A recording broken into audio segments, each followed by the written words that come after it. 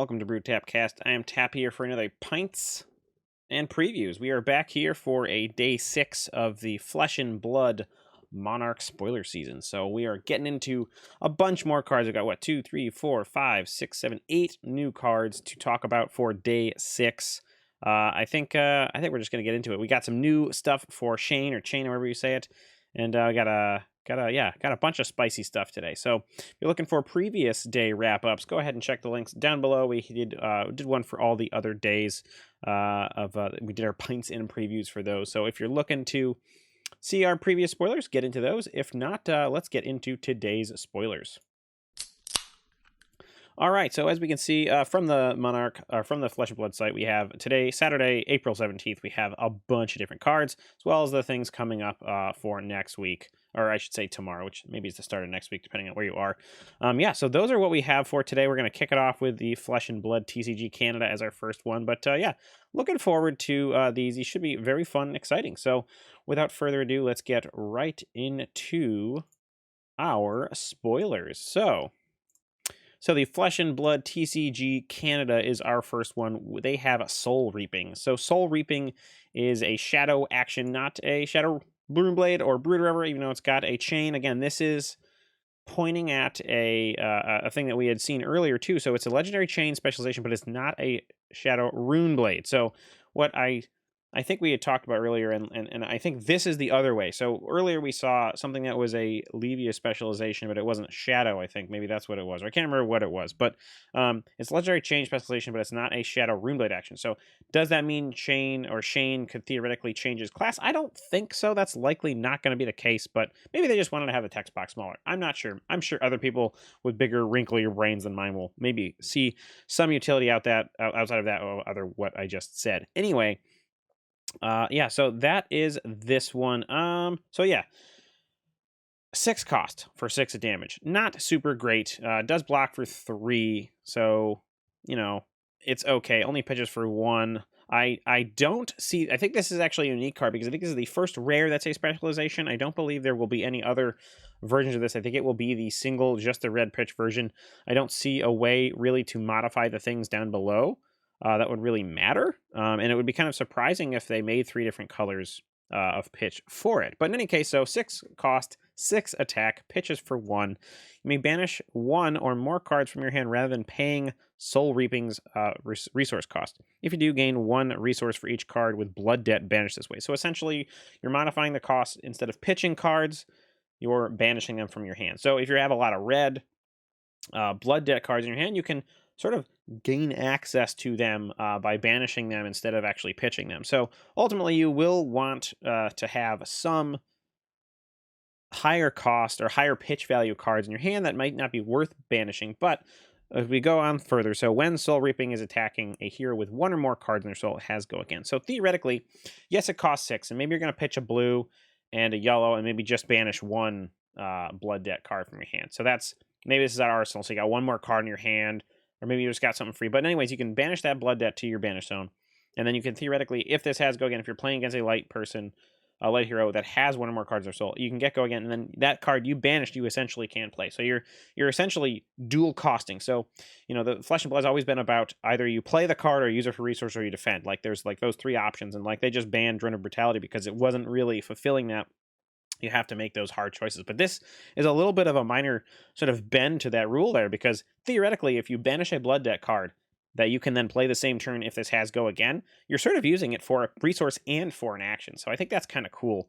And I think this card's actually pretty powerful. I think the go again here is really where we want to be with Chane, and just sort of beating fast, beating hard, like getting as fast and wide and as hard as you can go. And the art on this is super awesome. I mean, you can see up in that top left of the card, there is his patron, the Urser. That looks like some weird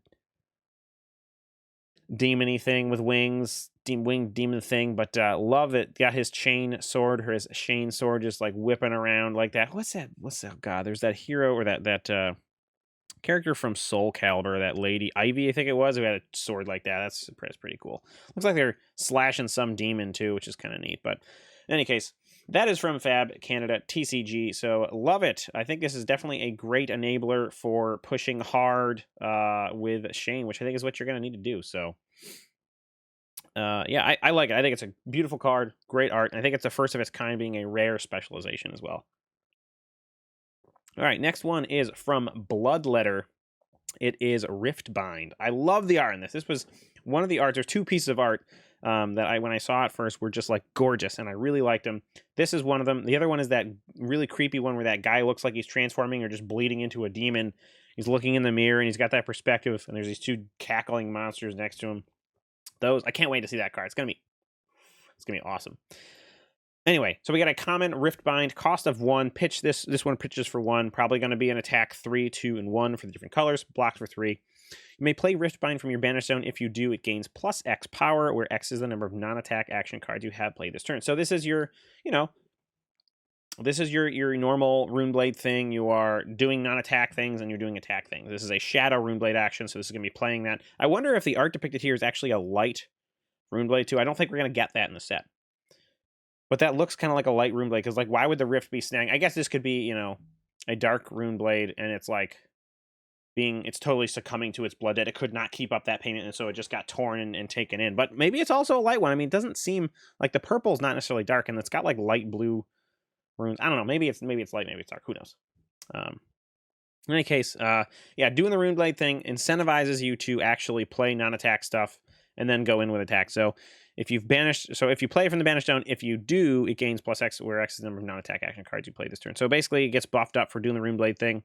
You get a power bonus. So it's pretty cool. I mean, I can see yourself maybe playing like a couple like Oath the Arknight or something like that, a couple non-attack actions to get that buffed up. Then this gets buffed up. And then maybe you use Chane to give it extra, or give you a go again, and you attack for something else from Banished Zone or something like that. So again, it's that Banished Zone is really becoming an extra set of cards in your hand if you're playing a Shadow Runeblade or just Shadow hero in general. So that's very cool. So I think it's a real cool card. I think it'll actually see some play. I think it's a really cool enabler, and the fact that you can pull things out of your exile or Banished Zone is pretty cool indeed.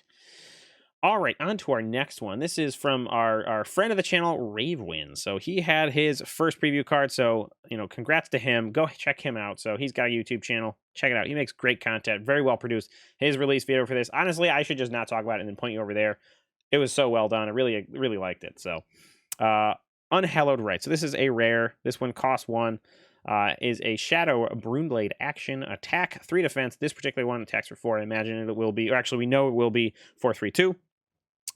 And then as Runeblade cards if you have played a non-attack action this card, you may play Unhallowed Rites from your Banished Zone. So that's great. Right away, you're being able to pull things out of your Banished Zone if you're looking like you're a little bit heavy on blood debt, can't really handle it, and has blood debt as well. I think I've been sort of like going through things. Like I think the previous card, Riftbind, had blood debt. I'm skipping over that because it's just stuck in my head, and I apologize. But yeah, has blood debt, so you can play out of your Banished Zone to get rid of a little bit of that blood debt.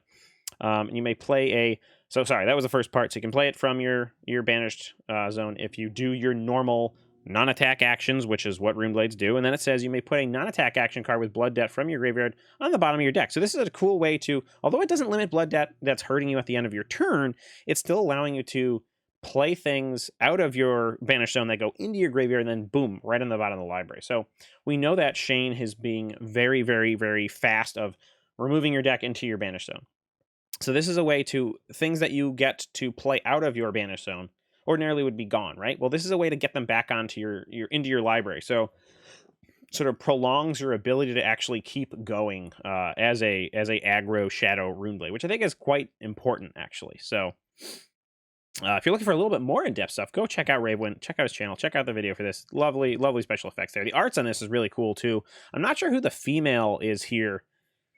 Like, we haven't seen any female characters as far as, like, the Runeblades outside of, like, the ones that at least weren't like, doused out in armor and stuff like that. So he's, like, getting this Runeblade all pumped up. Or maybe that's a warrior that he's just, like, she's turning into a Runeblade. Who knows? Look at that creepy smoke stuff coming out of his armor or whatever. So definitely cool. Looks like she might be stabbing some stuff. So very cool art there as well. All right, on to number 4. We have Jason Chung from the Fab website spoiled an Invert Existence card. He had a little article about this. So this is a Majestic. It is blue, so pitch it for 3, cost of 1, Shadow Runeblade instant. You may play it from your Banish Zone, so that's pretty cool. Banish up to 2 cards in an opposing hero's graveyard. If an attack action card and a non-attack action card are banished this way, deal 2 damage to an arcane, or 2 arcane damage to that hero. So very cool that we have graveyard interaction, disruption, fun shenanigans now. We have not really seen that as far as your opponent stuff. Like, you've been able to manipulate your own stuff with different cards, but now you're literally able to, rip stuff out of an opponent's graveyard, which is really, really quite cool. Now, there's 2 sides to that. So, like, if you're playing a non-shadow character, then they don't care. Most things go to the Banish Zone and they never come back. If you're a light, maybe we're assuming if you're a light hero or you're an untalented hero. For dark heroes, shadow heroes, that could be a bonus for them because you're literally putting stuff into their Banish Zone what they want. It could also be a quick little way to kill an opponent before they go to their end step. So, like, say they did their stuff, they have, like, they're on 4 life, they got 3 cards in there, or shoot, 1 card with Blood Debt. So they're going to lose 1 life, they're going to go to 3. Let's say you play this, you banish 2 cards, both with Blood Debt. So you shoot them for 2 with the arcane damage. Then they have 3 cards in their Banish Zone, and they're going to take some damage just from that. So literally before they draw back to do anything about the arcane damage or anything about the Blood Debt, they may just die. So I think that's actually really cool. So this is essentially a finisher, and it also can throw strategies off. So if you have Remembrance or Rattle Bones, you're looking to draw things back out of your graveyard, you can banish them. And get rid of those options of what would be really good. So I think that's really quite cool. So I think it's a pretty powerful card. Early on, it's not going to do much, right? Because there's not going to be much in the graveyard that you're going to want to snag. So you can pitch it away, or it gets banished by Chane if you're playing Chane or something like that, and then it can be used later. So I think it's really cool. A lot of utility there. Go ahead and check out Jason Chung's article on the Mothership. That'll dig in a little bit deeper as well. But I think it's really cool that they're doing arcane damage that is more than just the single rune chant or the single 1 point of damage. Because as Jason Chung mentions in the article, it's a lot more. It's harder to play around more than 1 arcane damage at a time, so it will change loadouts for other heroes that have to deal with that. So I think that's cool. So it's making this just a little bit more complex whenever you play against a particular hero. It's maybe making you think a little bit more about your hero loadout before you go there. All right, on to the next one. We have Askaban Huegos. I don't actually know how to say that. I'm sorry if I totally butchered that. I am not good at speaking some other languages sometimes. So we have a Shadow Puppetry. So this is a Majestic red pitch, 0 cost, shadow action that defends for 2. Next attack action card you play this turn gains +1, go again. And if the attack hits, look at the top card library, you may banish it, and it has go again. So set up card for free, essentially as a shadow hero. The only thing that I wish this had was if you could play it from your Banish Zone. But I think it'd be so brutal if you could play it from your Banish Zone, because it doesn't have Blood Debt, so it's just sitting there doing free things. Whenever you want to just like add something, give something go again, boom, you can just launch it. So I think it would have been way too powerful to actually give it a playability out of the Banish Zone. But in any case, I think it's got a lot of power in here. You're able to get a bonus, trigger Runeblade stuff if you're looking to do non-attack actions. Your attack is going to get buffed. It's going to get go again, and then you're able to look at the top card of your deck if that's a card that you could play from your Banish Zone, because you're not drawing it.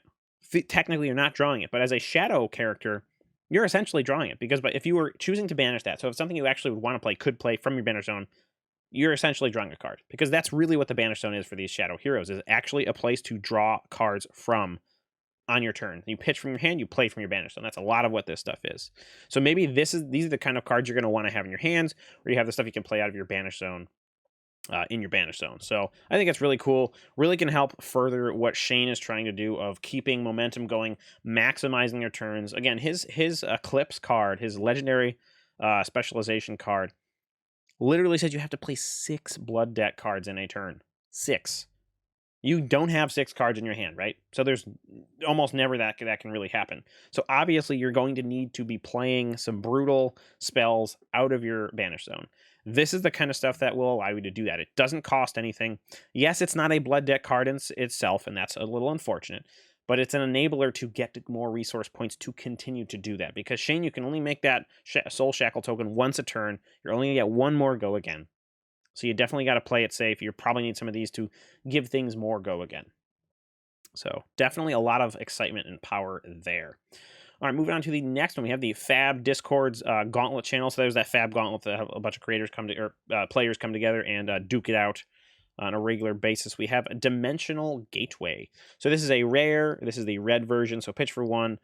Costs 1. Opt 3. Reveal the top card of your deck. If it's a Runeblade card, deal 1 damage to each opposing hero. Cool for Ultimate Pit Fight. If it's a Shadow card, you may banish it. Go again. So Shadow Runeblade action. Upsetting that it only defends for 2.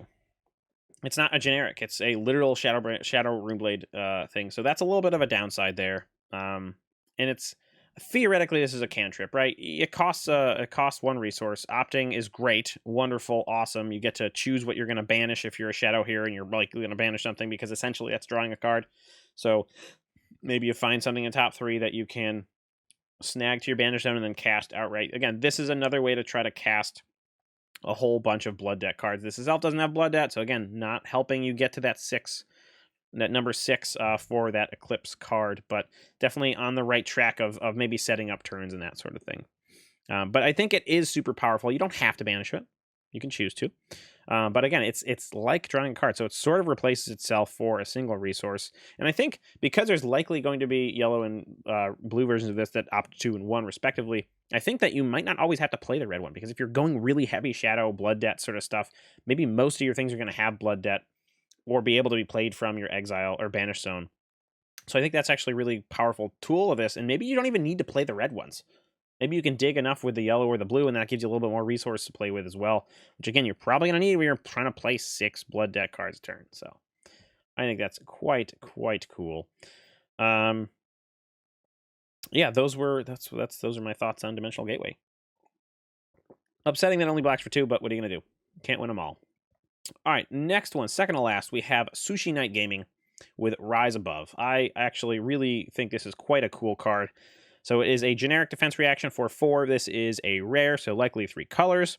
Blocking 4, 3, and 2 for red, yellow, and blue. You may put a card from your hand on top of your deck rather than pay Rise Above's resource cost. And I think that's supremely cool. So I love modified costs are really great. You can see this easily for certain heroes that they just slot in almost as they weren't generics. Yes, 2 is expensive to cost, but like let's say you're playing Azalea or playing Ranger. You like to know what's on top of your deck. Yeah, you're sacrificing a card that you could be using for something else. But if this was one of your one of your defense reactions, you'd have to play it from the arsenal, which is a little bit difficult to begin with. And second of all, it's gonna cost something maybe anyways, or it'll be harder to get there. Whereas if this is in your hand, you have one other card, maybe it's an arrow that you want to throw on top to get dominate with your arrow next turn. You can just play this and throw that thing on the top of the library. It's essentially the same as pitching. You're playing Ranger. It's going to be a lot of red cards. That's not a great cost to pitch 2 red cards for a defense reaction, something like that. So you're definitely winning here with Runeblade. I think it's a great thing to slot in there very, very, very well.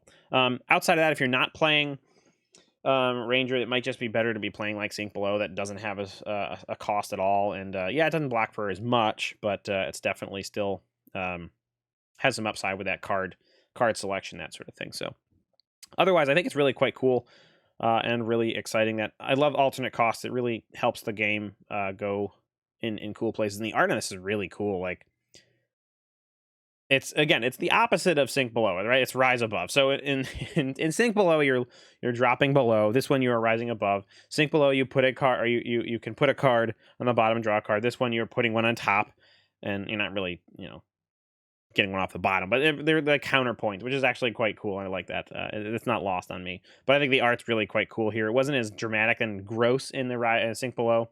This one's definitely like, look, scary stuff. Then you're rising above into this heavenly awesome place. So a very cool card there.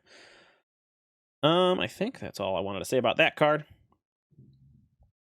All right, moving on to our last and final card for our day 6 spoilers. We have Living Realms spoiled the Talisman of Dowsing. This is a 0 cost. This one in particular is yellow. Although I'm looking at it and I'm not sure if I'm going to see other. I don't think there'll be any other pitch values of this, because Spell Void 0 doesn't do anything, and Spell Void 2 would be really quite powerful. So I'm thinking this is probably only going to be yellow. There won't be anything else. Generic action item with Go Again, and it has Spell Void 1. So we saw Spell Void a couple days ago with the, I think it was that the Helm Void thing for it was the Shadow helmet that had Spell Void 2.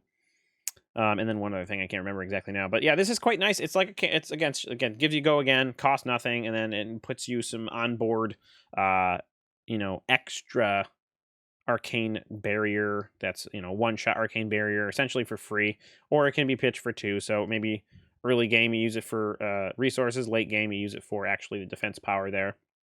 You don't really want to leave it in your hand very often because you don't have any defense on here, so that can be a little bit of a problem. That is where the trade-off comes in. But I think it's really cool because this is sort of our thing that can also trigger Runeblade stuff, because this is a non-attack action, because it is an action, and that can give you that trigger on the Runeblade. It has Go Again, so you're going to get to Go Again after that. I think it's quite nice. Great for limited. I think it's a great way to sort of modify. Yeah, maybe you don't have a lot of arcane barrier because you didn't.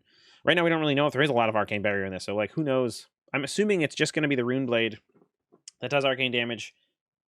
That's actually not true. There should be a light one that might be doing arcane damage as well, because they tend to balance things very well. But maybe not. Maybe there'll be a light wizard or a light warrior or something like that. Light wizard would be cool, but the art seems to be indicating light warrior, and then I don't know what the other one is. Maybe a light wizard that's kind of like a cleric, a healing thing like that. But yeah, I imagine it won't be huge amounts of arcane damage though. So Spell Void's going to be nice, but at the same time, it's going to be fall a little bit short of maybe the arcane damage, at least that the Dark Rune or Shadow Runeblade can do. But ultimately, I'm really glad that LSS is making cards like this that are really quite focused and useful for limited, because it makes it a lot more fun and easy to play limited. And that's how I like to get cards. I like to play limited so I can build my collection and then play constructed formats. So that's what I really like about how they're making this game and how they're engineering the cards for that sort of thing. So there also might be some light synergy with some of the item synergy with some of the light heroes coming up, but I wouldn't put too much focus on that. But then again, we don't really know. I had no idea about this blood debt stuff rolling into that and how big the banish zone would going to be. So we may find that as time goes on anyway. So that about wraps it up for day 6 of Monarch Spoilers. This was our Pints and Previews, so cheers to that. Another day down. We will be back tomorrow for day 7. So I am Tap for Brew Tap Cast saying thank you for watching this Monarch Spoiler video. Goodbye and cheers.